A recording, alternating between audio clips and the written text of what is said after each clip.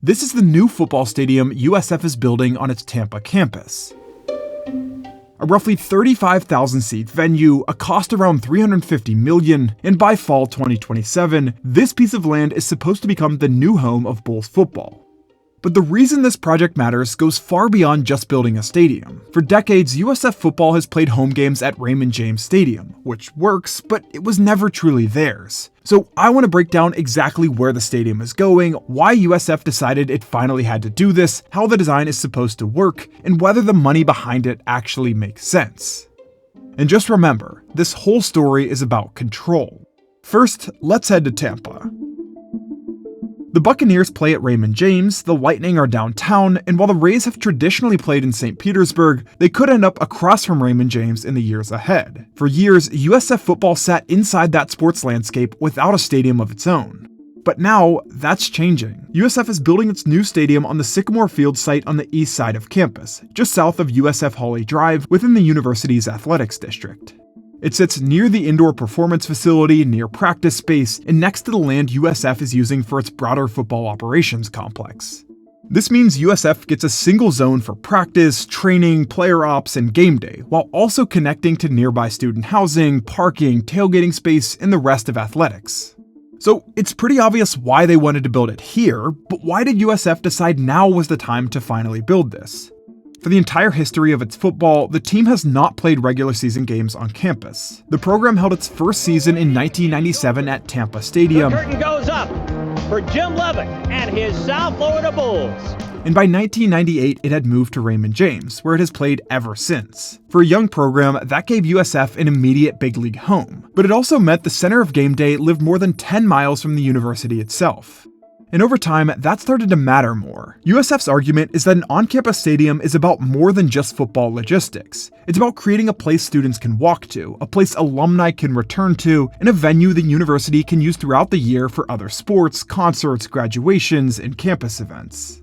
But the athletic case is even more concrete than that. Under its current arrangement, the school collects very limited parking and suite revenue and no revenue from concessions or naming rights. It only shares some sponsorship and digital signage revenue. On top of that, it has to spend money rebranding Raymond James for its own games.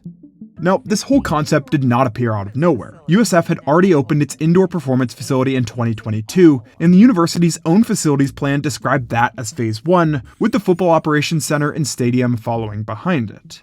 And let's talk about this stadium. USF's current plan is for an approximately 35,000-seat venue, with the structure designed for future expansion beyond that capacity. In its 2025 update, the university said the revised scope also added academic space, enhanced locker room amenities, and altered the structural work tied to that future growth. One of the most practical design moves is the stadium's east-west orientation. That layout is meant to maximize shade during daytime events, which is a big deal in Tampa given how hot the early part of the college football season can be.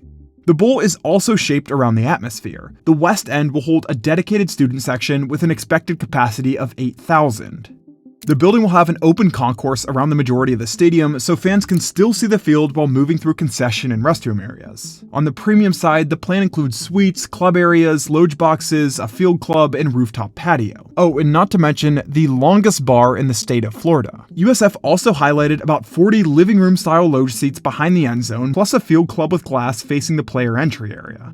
Outside the bowl, the north side will include a large lawn for tailgating, and the main entry will feature Champions Way, which also serves as the route for the team's traditional Bulls Stampede Walk. And the stadium is only one piece of the larger football build-out. It'll connect directly to the Center for Athletic Excellence, a 150,000 square foot operations building that'll include locker rooms, sports medicine, a weight room, and much, much more. Before major construction work could begin, USF first had to relocate the recreation uses that had been occupying the site. After groundbreaking in late 2024, site preparation began, and that brings us here, when I visited the site in early 2026. The project has moved beyond excavation and into real vertical construction. One side of the stadium is going up in steel, concrete work was advancing at field level, and other sections of the site are still being built out at the foundation and infrastructure stage. The university is targeting move-in during the summer of 2027 and opening in fall of the same year. But with the work covered, let's talk about the cost. USF's current approved stadium budget is $348.5 million, up from the $340 million approved in 2023. To fund it, USF is using a mix of debt, private gifts, and university-related funding sources, with up to $200 million coming from financing backed in part by future stadium and athletics revenues. What makes control so important is that it changes what the stadium actually is. At Raymond James, USF can host a game. On campus, it can control the full platform around the game. The calendar, the branding, the premium spaces, the surrounding event areas, and how often the building works for the university outside football. That's a very different model from borrowing a venue a few Saturdays a year. In the current college sports environment, the real value lies in gaining a new degree of control over football. It means gaining influence over the program's broader revenue future in a way it has never truly had before.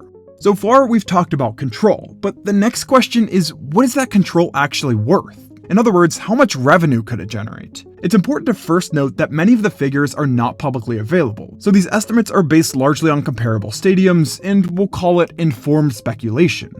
For context, USF football generated about $9.4 million in revenue in fiscal year 2022 to 2023. And although that's the last number I can find, it's probably safe to assume it's now above 10. So on top of this, if this building can unlock $10 million a year in added value, that's a very large change relative to the football program's revenue base.